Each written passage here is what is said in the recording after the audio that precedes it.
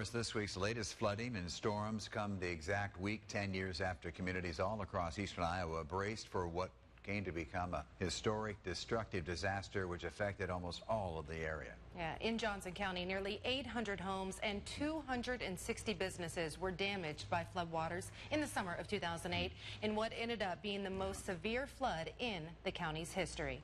KWW's Jalen Sochek is now live from Coralville, where the community is still moving forward following that flooding. Jalen.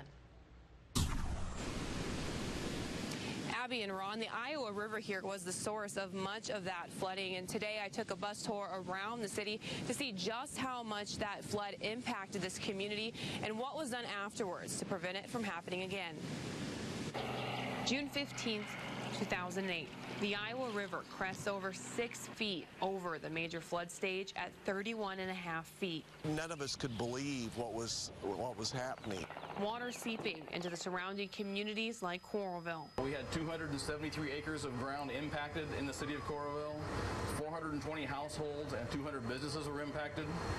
We sustained damages of $21 million of commercial damage. Today, there are few visual reminders of the decade-ago destruction. Yet, as Coralville engineer Dan Holderness points out, the evidence is everywhere. You're going to see a number of things we've done. This bus tour is highlighting what flood protection improvements have been put in place since that historic day. And that's how you protect the building from the major flood. Serving as an important reminder for its residents, especially after Iowa's rivers rose again in 2016. People had no idea what protections were put into place, and so they were wondering, where's the sandbags? Well, we didn't need sandbags in places we did before, and so it's a constant effort that we have to educate people about what's been done. One of the things the city has since done was install these flood walls. Put the panels in one at a time.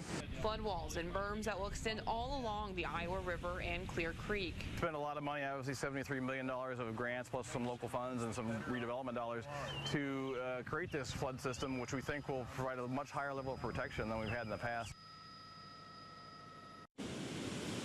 And on this flood wall right here next to me, each of these are individual panels, so they can basically adjust this wall based on the projected flood levels. Each panel goes down 20 feet, and they weigh 110 pounds, so you'll need about 2 people to put each one of them up. The city practices putting these up each year just in case this river were to flood again. Live in Coralville, Jalen Sochek, News 7, KWWL.